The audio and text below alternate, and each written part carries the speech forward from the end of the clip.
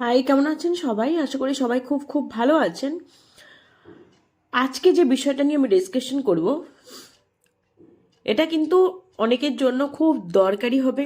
অনেকের এই বিষয়ে একদম কিছু আইডিয়া নেই, স্পেশালি আশা দিদিদের, এমনকি কিছু এনএম দিদিদেরও হয়তো ক্লিয়ার আন্ডারস্ট্যান্ডিং এই ব্যাপারে নেই। সেই দিদিমণিরা জানেন, কেননা ওনারা সবসময় কাজটা করে থাকেন, ওনারা জানেন। কিন্তু আশা দিদিমণিদের অনেকের কিন্তু ক্লিয়ার আন্ডারস্ট্যান্ডিং নেই বলে ওনারা কিন্তু নিজেদের কাজের জায়গা হয়তো সেইভাবে যে কোন কাজের উপর বেশি জোর দিতে হবে, রিপোর্টিং সেটা কতটা এফেক্টিভলি করতে হবে, সেটা হয়তো ওনারা জানতেন না। হতে পারে ওনারা জানার জন্য ইন্টারেস্টেড ছিলেন না, অথবা তাদেরকে সেভাবে জানানো হয়নি। আমার মনে হয় এই জায়গাটা সবার একটা ক্লিয়ার আইডিয়া থাকা দরকার এই বিষয়ে। তাহলে কিন্তু একটা সুস্বাস্থ্য কেন্দ্রের পারফরমেন্সটা অনেক বেশি ভালো হবে। কারণ সবাই জানেন, একটা সুস্বাস্থ্য কেন্দ্রের পারফরমেন্স নির্ভর করে প্রত্যেকজন স্টাফের এফোর্টের উপর। প্রত্যেকের যদি নিজের নিজের জায়গাগুলো, নিজের নিজের যেই কাজগুলো হয় সেগুলো খুব এফিসিয়েন্টলি করেন এবং তার রিপোর্টিংটা ঠিকঠাক করে ঠিক অথরিটির কাছে যেখানে রিপোর্ট করার কথা সেখানে যদি সঠিক সময় রিপোর্টটা করেন, তাহলে কিন্তু একটা সুস্বাস্থ্য কেন্দ্রের পারফরমেন্সটা খুব ভালো হবে। As a result of this performance linked incentive, যেটা পিএলআই, সেটাও কিন্তু অনেক বেশি হবে। অনেকে হয়তো কমপ্লেন করেন, আমরা তো কাজ করি, বাট পিএলআই এত কম হয় কেন, পারফরমেন্স এত খারাপ কেন? ঠিক করে শুধু কাজ করলে হবে না, সেটাকে স্মার্টলি রিপোর্টও করতে হবে, যেটা করে রিবাস্ট রিপোর্টিং। এটা হেলদি রিপোর্টিংও করতে হবে এবং সঠিক সময় সে রিপোর্টিং করতে হবে। কেন এই সঠিক সময় রিপোর্টিংটা জরুরি এবং কিসের উপর নির্ভর করছে পিএলআইটা, আমরা কিন্তু আজকে সেটাই ডিসকাশন করব। অনেক আশা দিদিমণিদের জন্য জানি এই ভিডিওটা ভীষণই দরকারি হবে এবং তারা এই ভিডিওটা পেলে কিন্তু ভীষণ খুশি হবেন। আমি জানি অনেক আশা দিদিমণি আছেন যারা এফিশিয়েন্ট, খুব কাজ করতে ইন্টারেস্টেড, কিন্তু তাদের জানানো হয়নি যে কিসের কিসের উপর পিএলআই নির্ভর করে। হয়তো কিছুটা জানেন, পুরোপুরি জানেন না। আজকে আপনারা কাইন্ডলি ভালো করে শুনে নিন, জেনে নিন। যদি কারোর কোনো রকম আরও কোয়ারি থাকে, আপনারা কমেন্ট সেকশনে আমাকে জানাতে পারেন। আমি আপনাদেরকে সমস্ত কোয়ারি আনসার দেওয়ার চেষ্টা করব। দেখুন, আর আমি বলে রাখি, যদি এই শীটটা কারোর প্রয়োজন হয়, এএনএম দিদিমণিদের নিজস্ব যেটুকু পার্ট আছে, যেটুকু ওনাদের রিপোর্ট করা দরকার, সেইটুকুর জন্য যদি শুধু সেইটুকু পার্টের প্রয়োজন হয়, সেটা আমাকে মেসেজ করতে পারেন, আমি কিন্তু আপনাদেরকে শেয়ার করে দেব। দেখুন, এটা যদি পিএলআই শিট হয়, এটাগুলো কিন্তু অনেকগুলো ভাগে ভাগ করা আছে, বেশ বেশ কিছু সেকশন আছে। কিন্তু দেখুন, সেকশন এ থেকে সেকশন এল অবধি কিন্তু আছে। সেকশন এ থেকে সেকশন এল অবধি আছে। এটা কোথায় ফিল করতে হয়? এটা কিন্তু মাসের শেষে কিন্তু এটা এনএম দিদিমণির কাছ থেকে রিপোর্ট নিয়ে সমস্ত রিপোর্টিং ডান হয়ে যাবে। মাস শেষ মানে 21 থেকে 20 অবধি মাস হচ্ছে, সেই 20 হওয়ার পরে আবার 30 অবধি পুরো কমপ্লিট হয়ে গেল মাসটা।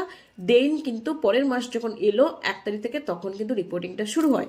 এটা কোথায় করতে হয়? এটা কিন্তু SKMIS পোর্টাল, সেইখানে কিন্তু সিএইচও দিদিমণিকে রিপোর্টগুলো করতে হয়। সমস্ত রিপোর্টটা নিয়ে এফেক্টিভলি রিপোর্টটা বসিয়ে তারপরে ফাইনাল সাবমিট করতে হয়।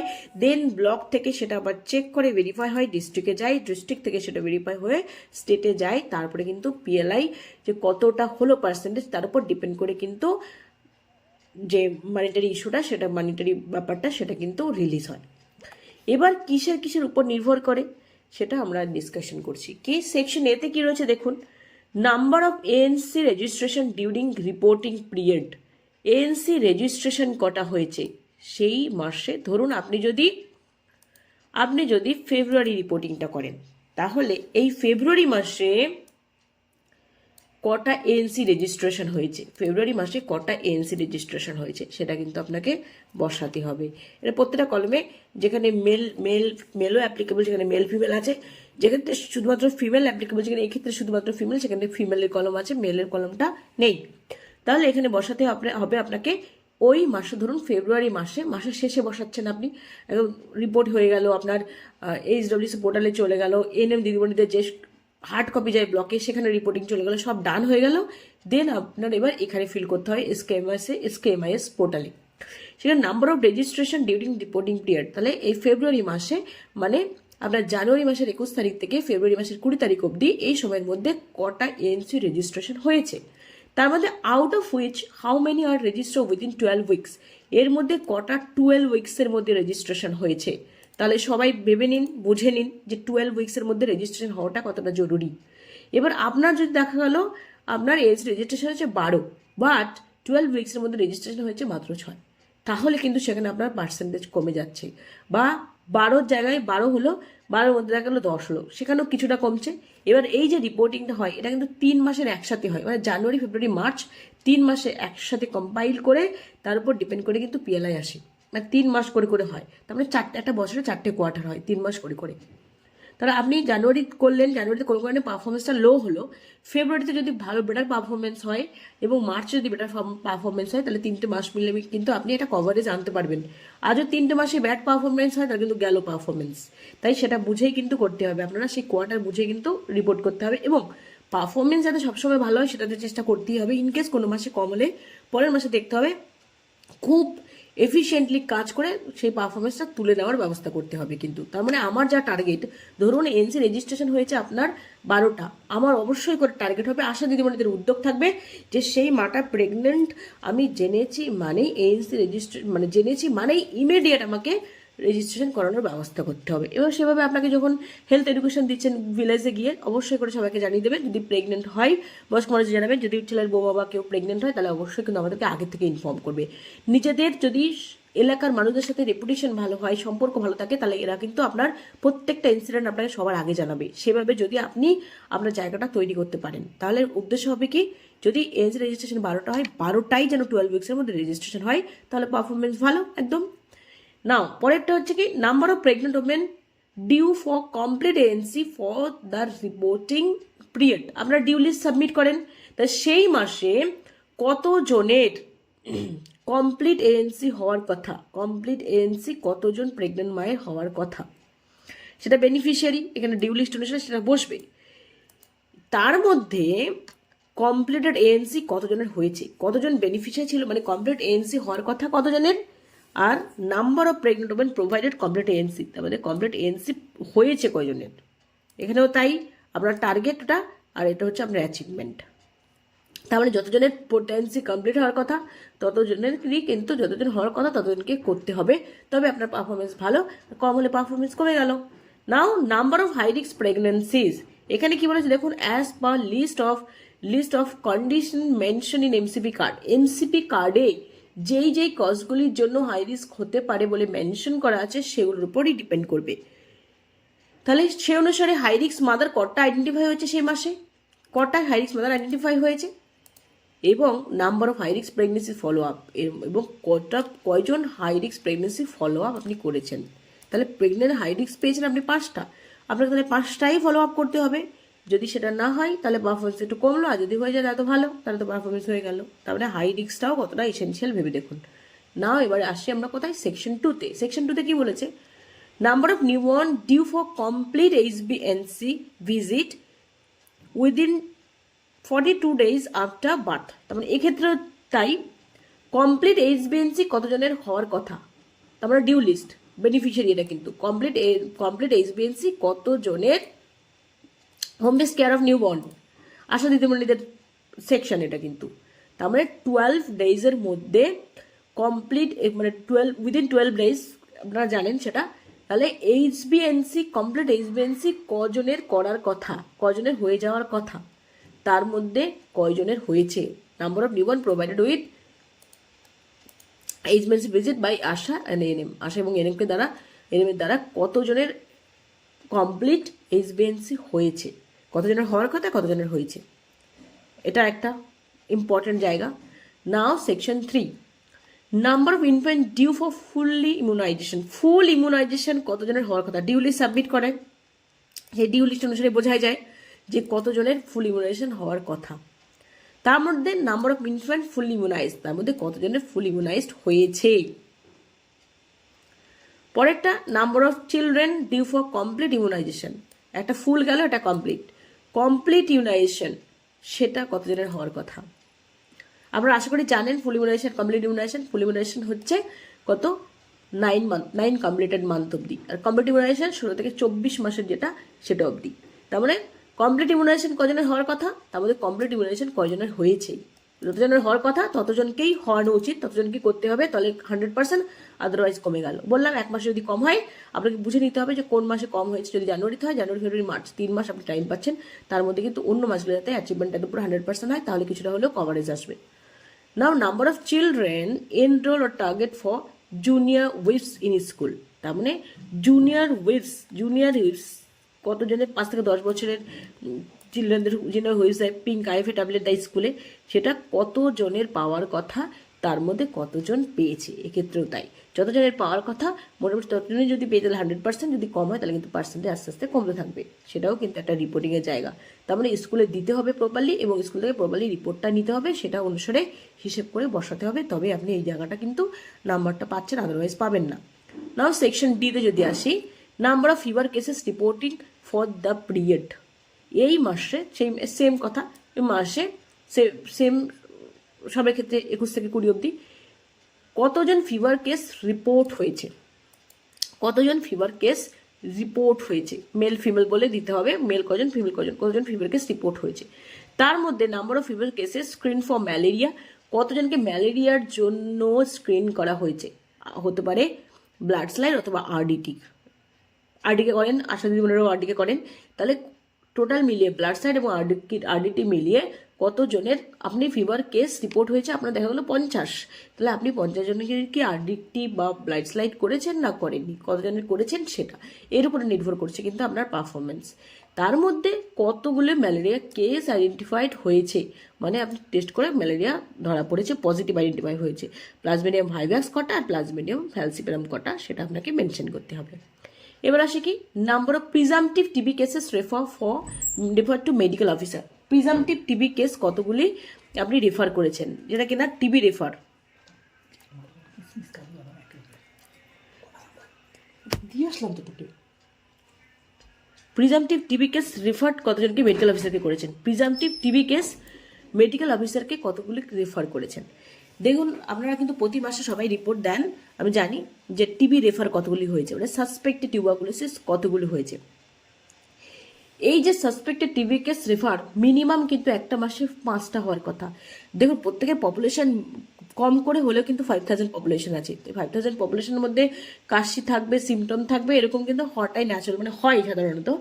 মিনিমাম কিন্তু এক মাসে 5টা টিবি কেস রেফার করতে হবে। নট অনলি রেফার, আপনি রেফার করে দিয়ে দিলেন তাহলে কিন্তু হবে না, সেই মানুষটা যেতে হবে নিয়ারেস্ট যেটা স্পুটাম টেস্ট যে সেন্টার আছে, ল্যাবে আছে, সেখানে তাকে যেতে হবে এবং তার কিন্তু কফ পরীক্ষাটা করে আসতে হবে, সেটাও কিন্তু মাথায় রাখতে হবে।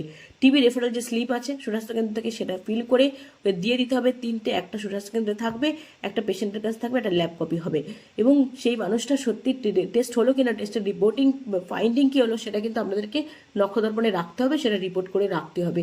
সে আপনি যদি এবার এনটিপি খাতায় মেনশন করেন তো করলেন, এনটিপি খাতা করছেন সেখানে করুন, বা রেফার কেস বলে আপনি করেন, যেভাবে আপনি খাতা মেনটেন করেন না কেন, আপনাকে সেই খাতায় কিন্তু সেটার ফলো আপও রাখতে হবে। রেফার করছেন প্লাস ফাইন্ডিং কি পাওয়া গেলো, তার ফলো আপ কি হলো, সেগুলো কিন্তু দেখতে হবে। মিনিমাম 5টা কেস কিন্তু রেফার করতে হবে পার মান্থ, সেটা খেয়াল রাখবেন। না এবার সেকশন ইতে কি বলছে, এটা কিন্তু এবার এসে গেল পুরো টোটালি সিভাক এবং এই হাইপারটেনশন মানে নন কমিউনিকেবল ডিজিজের জায়গা। কি বলছে ওটা কিন্তু আগের এখানে কি গেল, ফিভার কেস, তারপরে ইমিউনাইজেশন, এই জায়গাগুলো গেল, এএনএম দিদিদের ওই স্পেশাল জায়গা, এটা এএনএম দিদিদেরই মেইনলি। এবার চলে এলো কিন্তু non communicable disease NCD part. কি বলছে দেখুন, number of population enumerated by ASHA family folder, মানে আশা দিদিমণিরা যে ফ্যামিলি ফোল্ডার ফিল আপ করেন, সেখানে তো একটা বাড়িতে যান, বাড়িতে গিয়ে টোটাল কতজন ফ্যামিলি মেম্বার আছে, যিনি কিনা head of the family member উনি, তারপরে যিনি আছেন তিনি, এইভাবে কিন্তু একটা ফ্যামিলিতে যদি 10 জন থাকে 10 জনের নামই কিন্তু পরপর করে উনি বসাবেন। তাদের যে ইউনিক আইডি নাম্বার, সেটা আধার আইডি হতে পারে, ভোটার আইডি হতে পারে, সেটা উনি বসালেন, তার সেটা বসালেন, যা যা মেনশন করতে হয় সেগুলো সমস্তটা বসিয়ে দিলেন। এবার সেক্ষেত্রে নাম্বার অফ পপুলেশন এনুমারেটেড, ওটাকে বলছে এনুমারেটেড, মানে যদি একজন আশা দিদিমণি 10টা ফ্যামিলি ফোল্ডার ফিল আপ করেন এবং এক একটা ফ্যামিলি ফোল্ডার মানে এক একটা ফ্যামিলিতে যদি 4 জন করে থাকে, করে যদি 4 জন করে হচ্ছে না, আমি 4 জন করেই ধরছি, যে 10টা ফ্যামিলি ফোল্ডার ফিল আপ করেছেন, 10 সময় 4 জন করে প্রত্যেকটা ফ্যামিলিতে মেম্বার আছে, তাহলে 4 × 10 40, তাহলে 40 জন, তাহলে number of population enumerated by ASHA কত। এনুমারেশন মানেই কিন্তু এনলিস্টেড করা, যতজন মেম্বারকে উনি এনুমারেটেড করেছেন মানে ওই ফ্যামিলি ফোল্ডারের নামটা তুলেছেন, সেটাই কিন্তু এনুমারেশন। এবার যদি দুজন আসা দিদি হয়, তাহলে দুজনে যদি 40 করে হয়, 40 দুগুণে 80, তাহলে 80 জনকে এনুমারেশন হলো। তার চেক হলো না হলো দেখার দরকার নেই, সেই মানুষটার নাম ফ্যামিলি ফোল্ডারে তোলা মানেই হলো সে এনুমারেটেড হয়ে গেল, মানে এনলিস্টেড হয়ে গেল, লিস্ট ডাউন হয়ে গেল, তার নাম লিস্ট ডাউন করা হলো। তাহলে 4টে বাড়ি ভিজিট করলে, একটা বাড়িতে যদি 4 জন করে থাকে, 4 16, সরি, একটা বাড়িতে যদি 4 জন করে থাকে আর 4টা বাড়ি যদি ভিজিট হয় 4 16, আর একটা বাড়িতে যদি 4 জন করে থাকে 10টা বাড়ি ভিজিট করে 4 10 40। এটা কিন্তু তার এনুমারেটেড নাম্বার, মানে ফ্যামিলি ফোল্ডারে যতজনের নাম তোলা হলো টোটাল যে নাম্বারটা সেটা কিন্তু এখানে বসবে মেল ফিমেল করে আলাদাভাবে। এবার eligible population above 30 years surveyed by ASHA, এক্ষেত্রে কি বললো, সিভ্যাক ফিল্ড আপ, যেটা সিভ্যাক ফিল করা হয়েছে, তার মানে ওর মধ্যে কতজনের সিভ্যাক করা হয়েছে। Eligible population above 30 served by আশা, তার মানে ওই সিভ্যাক ফিল করলে তবেই হবে, সেটা সার্ভে করা হলো। এই অ্যাবভ 30 এলিজিবল পপুলেশন কতজনকে সিভ্যাক করা হয়েছে সেটা এবার বসাতে হবে, ওটাও কিন্তু মেল ফিমেল করে। এবার নাম্বার অফ স্ক্রিন অপরচুনিস্টিক্যালি অ্যাট সুস্বাস্থ্য কেন্দ্র। এইবার সিভ্যাক করে তো কিছু মানুষ আসে স্ক্রিনিংয়ের জন্য, কিছু মানুষ এমনি চলে আসে। কেন? তার কোনো একটা শরীর খারাপ হয়েছে, জ্বর সর্দি কাশি বা কোনো শরীর খারাপের জন্য সে আসে, 30 বছরের ঊর্ধ্বে আমরা দেখলাম, আমরা তাকে চেক করে দিলাম, সেটা কিন্তু অপরচুনিস্টিক্যালি, মানে যে নিজে থেকে এসেছে এবং তাকে আমরা চেক করে দিয়েছি। এবং তাহলে অপরচুনিস্টিক্যালি কজন হয়েছে মেল ফিমেল করতে হবে, অপরচুনিস্টিক্যালি কজন হয়েছে সেটাকে মেল ফিমেল করতে হবে। এবার number off screen perform from PBS. এইবার কি হলো, প্রথমে বলা হলো যে কিনা পিবিএস মানে হচ্ছে সিভ্যাক থেকে, এই যে সিভ্যাক থেকে যতজনকে সিভ্যাক আশা দিদিমণিরা করেছেন তার মধ্যে কতজনকে স্ক্রিনিং করা হয়েছে মেল ফিমেল, সেটাও কিন্তু এখানে মেনশন করতে হবে কতজনকে স্ক্রিনিং করা হয়েছে। তাহলে এই অপশানে কি গেল, অপরচুনিস্টিক্যালি কতজনকে স্ক্রিন হয়েছে এবং এটা পিবিএস থেকে কতজনকে স্ক্রিনিং করা হয়েছে। এইবার আসলো টোটাল স্ক্রিনিং কত হয়েছে। এবার টোটাল স্ক্রিনিংয়ের মধ্যে তার মধ্যে হাইপার টেনশনের জন্য স্ক্রিনিং কয়জনকে করা হয়েছে, ডায়াবেটিসের জন্য স্ক্রিনিং কয়জনকে করা হয়েছে, ওরাল ক্যান্সারের জন্য কয়জনকে করা হয়েছে, ব্রেস্ট ক্যান্সারের জন্য কয়জনকে করা হয়েছে, সার্ভিক্যাল ক্যান্সারের জন্য কয়জনকে করা হয়েছে। তাহলে প্রত্যেকটা ক্যান্সারের জন্য কয়জনকে স্ক্রিনিং করেছেন সেটা কিন্তু মেল ফিমেল করে সিএইচও দিদিমণি যা করেছেন স্ক্রিনিং সেই হিসেবে উনি বসিয়ে দেবেন। এটা গেল। এবার আউট অফ টোটাল স্ক্রিন যতজনকে স্ক্রিনিং করেছেন, প্রত্যেকটা ডিজিজের জন্য স্ক্রিনিং করেছেন, তার মধ্যে কতজনকে কতজনকে উনি বেশি পেয়েছেন, সাসপেক্টেড যে ওর ওই প্রবলেমটা আছে, হাইপারটেনশন আছে অথবা ডায়াবেটিস আছে, ওরাল ক্যান্সার আছে, ব্রেস্ট ক্যান্সার আছে, সার্ভিক্যাল ক্যান্সার আছে, কতজনকে উনি সেটা এবার মেনশন করবেন যে কতজনকে উনি পেয়েছেন এবং ওনার মনে হয়েছে যে এই মানুষগুলোর এই প্রবলেমটা আছে, সেটা গেল। এবার হাউ মেনি নিউলি ডায়াগনোসড, উনি সাসপেক্ট করলেন, করে ওনার এবার কাজ হবে সেই মানুষগুলোকে আমি ডায়াগনোসিস করতে হবে, আমাকে ডায়াগনোসিস করাতে হবে যে সত্যি সেই মানুষটা ওই প্রবলেমটা আছে কিনা, আমি সাসপেক্ট করছি।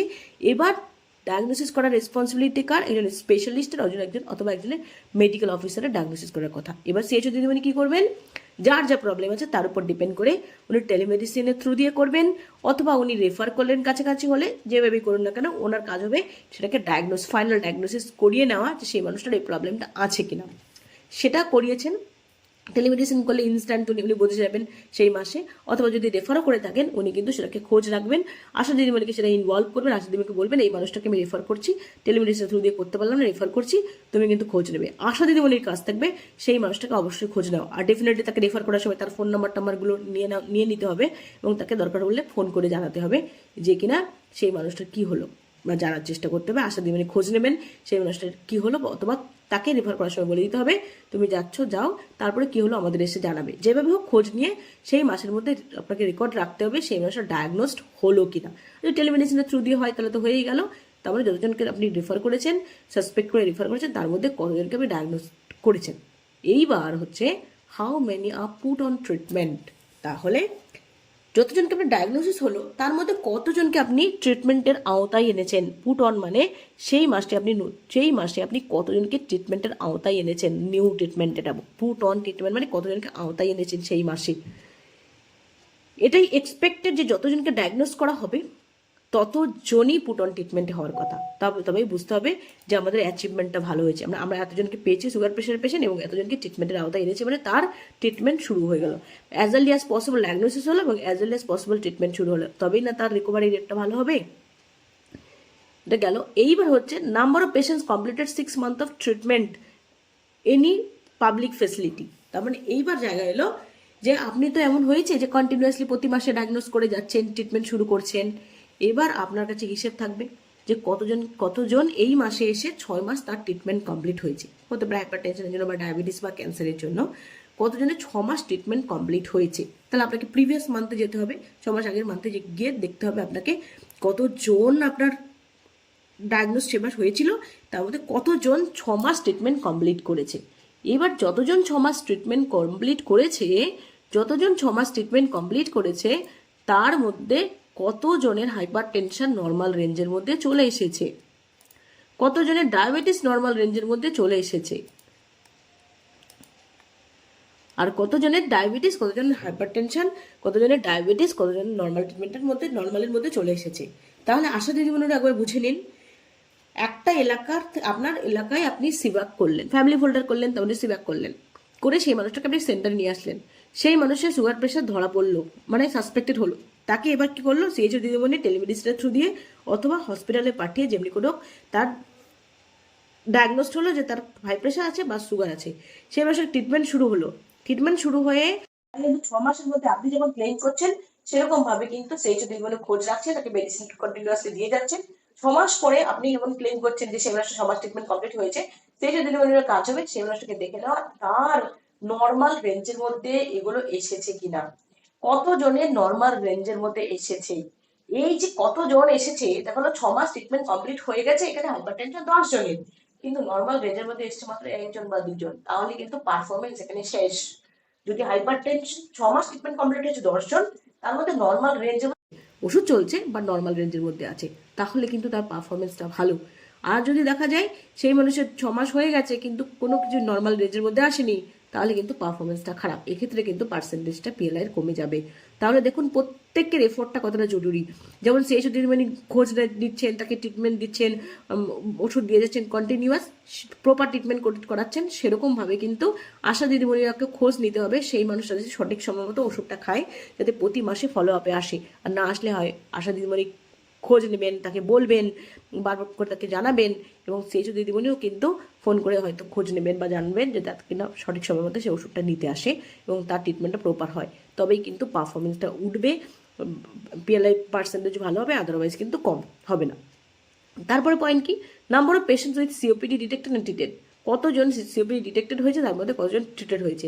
Number of patients with epilepsy detected and treated, number of epilepsy কতজন আইডেন্টিফাইড হয়েছে, তার মধ্যে ট্রিটেড কজন হয়েছে, এগুলোও কিন্তু পয়েন্ট সিওপিডি এপিলেপসি। এবার এসে গেল সেকশন এফ। সেকশন এফ এর মধ্যে আলসা, ওরাল আলসার কতজনের, দাঁতে ব্যথা কতজনের আছে, মেল ফিমেল করে করতে হবে। ব্লিডিং গাম, মাড়ি থেকে রক্ত বেরোচ্ছে, এরকম কটা কেস পাওয়া গেছে। ডেন্টাল কেস, ডেন্টাল ক্যারিজ, দাঁতে বোকা বলে যেটা, গর্ত হয়ে গেছে, ফুটো হয়ে গেছে, সেরকম কটা আছে। ডেন্টালের দাঁতের আলাদা কোনো কিছু আছে কিনা, কোনো সমস্যা আছে কিনা, সেটাও কিন্তু মেল ফিমেল করে এখানে লিখতে হবে। পরেরটা হচ্ছে ডি, কানে, কান থেকে পুঁজ বেরোচ্ছে বা জল, যাই হোক পুঁজ বেরোচ্ছে, এরকম কোনো ইয়ার ডিসচার্জ, তারপরে ইয়ার ডিসচার্জ কজনের আছে সেটা মেল ফিমেল। ফরেন বডি ঢুকে গেছে সেরকম কটা কেস। এপিস্ট্যাক্সিস, নাক দিয়ে রক্ত পড়ছে সেরকম কটা কেস আছে, মানে ইয়ার রিলেটেড কটা কেস আপনি পেয়েছেন সেটা আপনাকে মেনশন করতে হবে এবং খাতায় নোট ডাউন কিন্তু অবশ্যই থাকতে হবে। সেকশন এইচ আছে কি, কনজাংটিভাইটিস কেস কতগুলো পাওয়া গেছে। ব্লাডিং ভিশন বা চোখে কম দেখতে পাচ্ছে, ঝাপসা দেখছে, সেরকম কটা কেস। রিফ্র্যাক্টিভ এরর সাসপেক্টেড কজনকে আপনি পেলেন, সাসপেক্টেড ক্যাটারাক্ট কজনকে পেলেন, রিফ্র্যাক্টিভ এরর কজনের আছে সেটা মেনশন করতে হবে। দেন সেকশন আইতে কি হচ্ছে, number of individuals with any terminal illness in SSK area. তার মানে এটাও কিন্তু ইম্পর্টেন্ট, আশা দিদিমণিদের কিন্তু এটাও ভালো করে খোঁজ নিতে হবে। সিএইচও দিদিমণি তো দেখবেনই, আশা দিদিমণিতেও খোঁজ নিতে হবে যে আপনার এরিয়াতে কজন আছে টার্মিনাল ইলনেস। টার্মিনাল ইলনেস মানে আপনাকে বলে দিয়েছে যে এটা আপনার কিছু করার নেই, সেই মানুষটা কিন্তু এটা নিয়েই তার মৃত্যু হবে। টার্মিনাল ইলনেস একদম এন্ডে মানে স্টেজে এসে পৌঁছে গেছে। ক্যান্সার কজনের আছে, এটা কিন্তু একটা এরিয়াতে টোটাল কতজন ক্যান্সার পেশেন্ট আছে সেটা কিন্তু অবশ্যই করে হিসেবের মধ্যে থাকতে হবে, কেননা তার উপর ডিপেন্ড করে আপনার পিয়ালিটিভ কেয়ারও নির্ভর করছে কিন্তু। তাহলে সেখানে মেল ফিমেল বসাবেন। আর অন্য ক্যান্সার নয় কিন্তু টার্মিনাল ইলনেস আছে, তার হয়তো প্যারালাইসিস হয়ে গেছে, তার স্ট্রোক হয়েছে, প্যারালাইসিস হয়ে গেছে, সেরকম কয়জন আছে সেটাও কিন্তু হিসেব রাখতে হবে। এটা তার মধ্যে কতজন প্যালিয়েটিভ কেয়ার পাচ্ছেন সেটা আপনার ওখান থেকে পাবে তার কোনো মানে নেই। যে কোনো হেলথ কেয়ার ফেসিলিটিতে প্যালিয়েটিভ কেয়ার নিচ্ছে তার মধ্যে কতজন সেটা কিন্তু হিসেবের মধ্যে থাকতে হবে। এবার হচ্ছে এমার্জেন্সি সেকশন। এমার্জেন্সি অথবা trauma case reported in OPD. Trauma case হয়তো এমার্জেন্সি কেস আপনার কাছে কতজন এসছে, তার মধ্যে ট্রিটমেন্ট কতজনকে আপনি করেছেন সেটাও কিন্তু রিপোর্ট, আর কতজনকে আপনি রেফার করেছেন সেটাও কিন্তু হিসেবের মধ্যে থাকবে এবং সেটা করতে হবে। সেকশন কেতে গিয়েছে number of person screen for mental health problem and substance abuse. Mental health problem কয়জনকে আপনি পেয়েছেন, আপনি স্ক্রিনিং করেছেন, দেখা গেল আপনি তাকে পেলেন এমন কিছু কেস আশা দিবলে আপনাকে পাঠালো যে এই মানুষটা কিন্তু এই সমস্যাগুলো আছে, এরকম একটা সমস্যা আছে বা এরকম মনে হচ্ছে, তাই তাকে আনা হলো। তাকে হচ্ছে PHQ2 আশা দিদিমণিরা যখন সিব্যাক ফিল আপ করছেন লাস্টে একদম দেখবেন সিব্যাকের একদম লাস্টে PHQ2 আছে, দুটো কোয়েশ্চেন আছে PHQ2।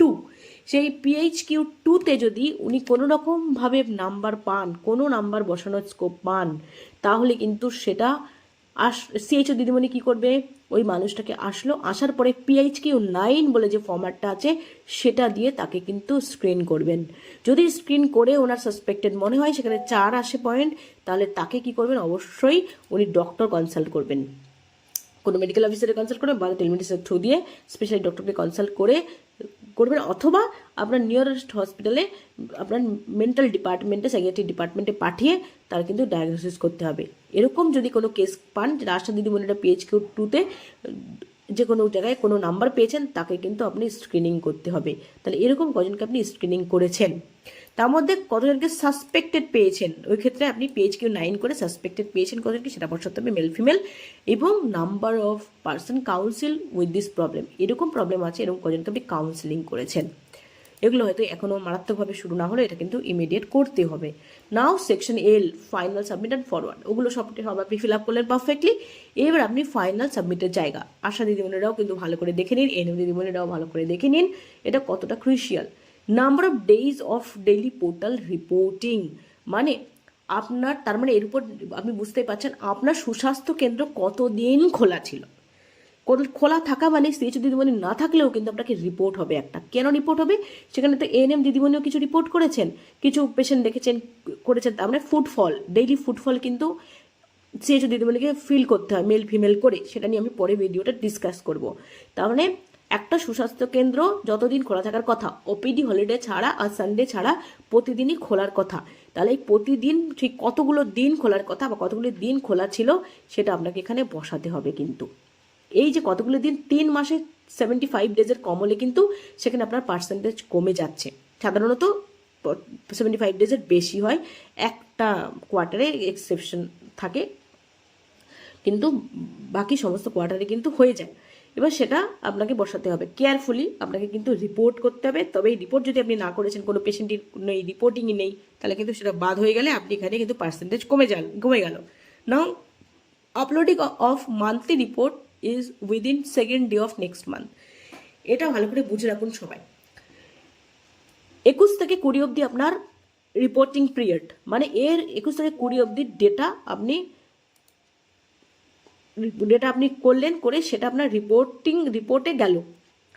কিন্তু 21 তারিখ আপনার গেল, 21-এর পর আপনি রিপোর্ট করছেন, রিপোর্ট সাবমিট সব করলেন, কিন্তু এই যে আপনি যে মান্থলি রিপোর্ট সাবমিট করছেন, মানে HWC পোর্টালে CHO দিদিমণি মান্থলি রিপোর্ট সাবমিট করছেন, উনি কিন্তু দিন পাচ্ছেন কবে, মাসটা কমপ্লিটলি শেষ হচ্ছে সেই দিন থেকে শেষ হয়ে গেল 1 আর 2, নেক্সট মান্থের 1 আর 2, এই 2 দিনই সময় পাচ্ছেন। কিন্তু এই 2 দিনের মধ্যে ওনাকে রিপোর্ট করতেই হবে। তাহলে কি হবে, একজন NM দিদিমণি, আশা দিদিমণি এমনকি CHO 3 জনেরই রেসপন্সিবিলিটি থাকার কথা যে উনি নেক্সট মান্থে 2 তারিখের মধ্যে রিপোর্ট করছেন কিনা। ব্যাপারটা কিন্তু এমন নয় যে 21 তারিখ হয়ে গেল মানে উনি রিপোর্ট করে দিতে পারছেন, কিন্তু উনি এতদিন ধরে গাফিলতি করে রিপোর্টটা কেন করছেন না, সেই জন্য হয়নি। ব্যাপারটা এমন নয়, মাসটা কমপ্লিটলি শেষ হবে 30 বা 31 দিনে, যতদিনে মাসটা শেষ হয় সেটা কমপ্লিট শেষ হওয়ার পরে 1 আর 2 দিনই কিন্তু উনি সময় পাচ্ছেন রিপোর্ট করতে। যদি কোনো কারণে মাথা থেকে বেরিয়ে যায় যে রিপোর্টটা না করে থাকে, তাহলে কিন্তু গেল, এক্ষেত্রে কিন্তু আপনি 5 নাম্বার কমে গেল। তাই আপনারা নিজেরা CHO দিদিমণিকে তো মাথায় রাখতেই হবে। বাকিরাও যদি এরকম হয়, আপনার রেসপন্সিবল যদি সবাই থাকেন, তাহলে কিন্তু হয়তো মেনশন করে দিলেন যে দিদি রিপোর্টটা করেছেন তো, তাহলে কিন্তু আপনাদের এই জায়গাটা মিস হলো না। মানে 1 আর 2 এই 2 দিনই মাত্র সময় পাচ্ছেন রিপোর্ট করার জন্য, HWC পোর্টালে মান্থলি রিপোর্ট করার জন্য। ওটা যদি কোনো কারণে 2 তারিখের মধ্যে না করতে পারেন, তাহলে এখানে কিন্তু নো বসাতে হবে, আর নো বসালে 5 নাম্বার এখানে কিন্তু কমে যাচ্ছে। পরের পয়েন্টটা দেখুন, এটা আরেকটা ক্রুশিয়াল একটা পয়েন্ট। সেটা কি, নাম্বার অফ ডেইলি ওয়েলনেস অথবা yoga session conducted. Yoga session কতগুলি করেছেন সেই মাসে, সেটাও কিন্তু ভীষণ ক্রুশিয়াল একটা জায়গা। এই যোগা সেশন কতগুলি করেছেন, এই যোগা সেশনে কিন্তু একটা স্পেসিফিক নাম্বার আছে, ওর থেকে যদি কম হয় তাহলে কিন্তু আপনার এখানে পার্সেন্টেজ কমে গেল। কতগুলি নাম্বার আছে কি আছে আমি আলাদাভাবে আবার পরে ডিসকাশন করে দেব। এবারও number of health calendar observation day performed and enter in HWS portal. এটা দেখুন, এখানে কিন্তু number of health calendar day observation, এখানে কিন্তু ওয়েলনেস ডে এবং যোগা সেশন, শুধুমাত্র যোগা সেশন তা নয়, আপনি ওয়েলনেস ডেও পালন করতে পারেন। ওয়েলনেস ডে মানে আপনি কোনো একটা অ্যাওয়ারনেস সেশন করলে আশা দিদিমণিও করতে পারেন, এনসিডির উপরে ইমিউনাইজেশনের উপরে কোনো অ্যাওয়ারনেস সেশন করলেন, সেটা plus yoga day. Yoga day usually কিন্তু আমরা যেটা করি সেটা হচ্ছে মঙ্গল আর শুক্রবার করি। কেন করি?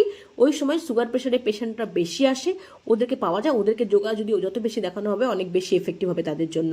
তাহলে যদি সপ্তাহে দুটো করে করেন তাহলে একটা মাসে আপনি মোটামুটি 8টা পেয়ে যাচ্ছেন। তার সাথে ওয়েলনেস ডে যদি আপনি বেশ কিছু করে নেন তাহলে অনেকগুলো হয়ে যায়। এক্ষেত্রে কিন্তু আপনাকে সেইভাবে কম করে হলেও 12-14টা যদি পার মান্থ আপনি করতে পারেন ওয়েলনেস ডে এবং যোগা ডে মিলে, তাহলে কিন্তু আপনার কোনো টেনশনই রইল না।